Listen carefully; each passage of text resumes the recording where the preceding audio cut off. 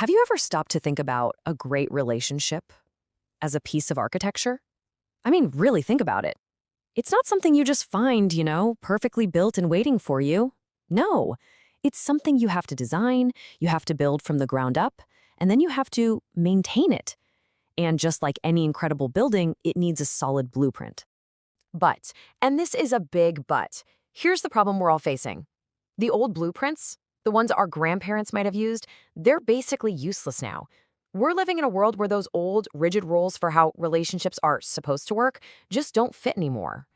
So the old instruction manuals are torn up. We're kind of left trying to figure this all out on our own, needing a totally new way to build connections that can actually last in this crazy modern world. Which brings us to the big question, right?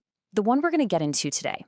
If the old ways are obsolete, how in the world do we build a partnership that isn't just surviving, but is actually thriving and built to go the distance?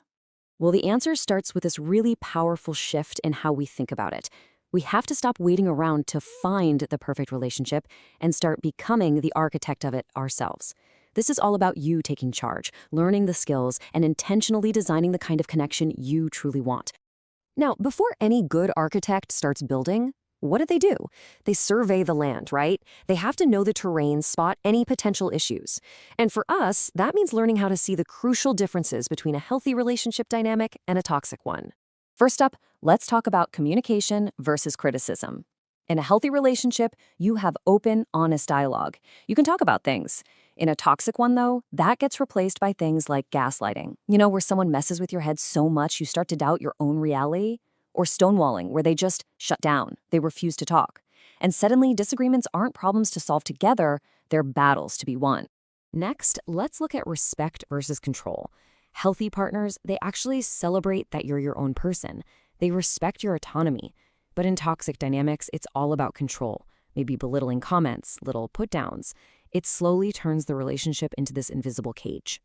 And this one is so important to understand, the difference between healthy passion and toxic intensity. See, healthy intensity is mutual, it's stable. Toxic obsession, that often kicks off with love bombing. That over-the-top, feels too good to be true affection that then flips on a dime into jealousy and volatility. And finally, there's supportive connection versus intentional isolation. A partner who's good for you wants you to have friends, family, a life outside of them. A toxic partner, they'll actively try to cut you off from your support system. Isolation is one of the oldest tricks in the book for control, and it is a massive, massive structural flaw. Okay, to help us get a handle on all this, we can use this idea of a whole spectrum of relational flags. It's not just about giant, waving red flags that scream, danger! There are also green flags, which tell you, hey, this is safe, this is good. Yellow flags are little warnings, like, pay attention to this. Pink flags might be minor annoyances, and beige flags, they might just mean things are a little boring. It's a way more nuanced system than just good or bad. All right, so once we know how to spot the flaws out there, the real work, the most important work begins. Because the strongest, most beautiful buildings are always built from the inside out. And that means the relationship you have with yourself, that is the blueprint for every other relationship you'll ever have. So where does this inner blueprint even come from? Well, a huge piece of the puzzle is explained by attachment theory. It basically says that how we connected with our earliest caregivers as kids shapes our expectations and our behaviors in relationships as adults. It's like our original software for connection. Now, this theory lays out 4 main styles. There's secure, which is that healthy, I'm okay, you're okay foundation. Then you have the insecure styles. Anxious, where you might have a deep fear of being abandoned. Avoidant, where you're uncomfortable with closeness and push people away, and fearful avoidant, which is a really confusing mix of wanting connection but also being terrified of it. But here is the most important part. You are not stuck with your style. Through real self-awareness and work, you can develop what's called earned secure attachment. Okay, so our inner foundation is getting stronger. Now it's time to actually build the main structure. We're going to construct our relationship on 5 absolute essential pillars. These are what will make it strong, resilient, and built to last. Pillar number 1, no surprise, is trust. It is the absolute bedrock. It creates the psychological safety you need to be truly vulnerable. I love this book metaphor to think about it. Ask yourself, is your partner a predictable book, reliable but maybe a little boring? A broken book full of plot holes and promises that don't make sense? Or a satisfying book, one that's consistent and when there's a problem, you can work together to fix it? Pillar two is respect. And we're talking about more than just being polite here. This is about a deep, unconditional acknowledgement that your partner is a whole, separate person with their own thoughts, feelings, and story. You're not trying to force them to be a character in your story. You're honoring that they have their own. Pillar three, communication. This is the bridge that connects your two inner worlds. And for those really tough conversations, there's an amazing tool called the Imago Dialogue. It's a simple three-step process. First, mirroring. You just repeat back exactly what you heard them say. Second, validation. You tell them that what they're saying makes sense from their point of view. And third, empathy. You try to connect with the feeling behind their words. It's a game changer for stopping arguments in their tracks. On to pillar number four, boundaries. And the garden fence analogy just explains this perfectly.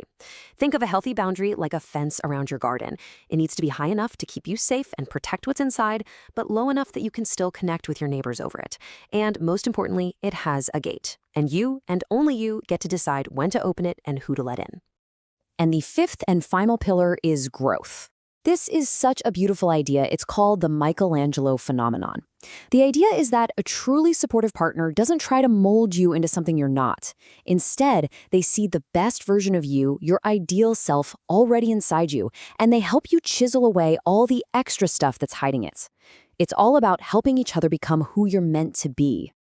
So we've designed this incredible structure. We've got our 5 pillars firmly in place. But an architect's job is never truly done, right? Now we need the tools for the ongoing maintenance, for the upkeep that keeps the whole thing strong, no matter what life throws at it. And a fantastic tool for this is the relationship inventory. It's got 2 parts. Part 1 is a historical audit. You actually look back at your past relationships and search for patterns. What keeps showing up? Part 2 is a present assessment. You take a good, honest look at your current partnership and see how it measures up against those 5 pillars we just talked about. And this all leads us to the final and maybe the most crucial phase. A magnificent building isn't just built once, it's maintained.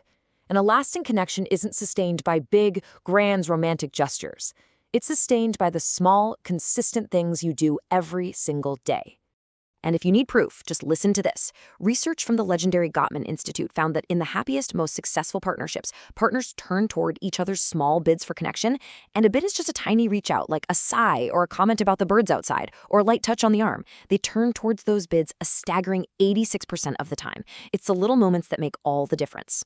So what does this actually look like in real life? Well, here are 3 super simple 1-minute habits you can start literally today. First, a 60-second hug when you see each other at the end of the day. It actually helps your nervous systems sync up. Second, a daily gratitude practice. Share just one thing you appreciate about your partner. And third, a morning check-in. A quick, hey, what's your day look like? How can I help? It sets you up to be a team from the get-go. So at the end of the day, here's the biggest takeaway. We have to completely let go of this fairy tale idea that the perfect relationship is something you just find. It's not. It's something you meticulously build brick by brick, and then you lovingly, intentionally maintain it for a lifetime. And I'll leave you with this final question to think about, one that goes right back to that powerful Michelangelo idea. I want you to really ask yourself, who in your life is helping you chip away this stone to reveal the masterpiece that you are?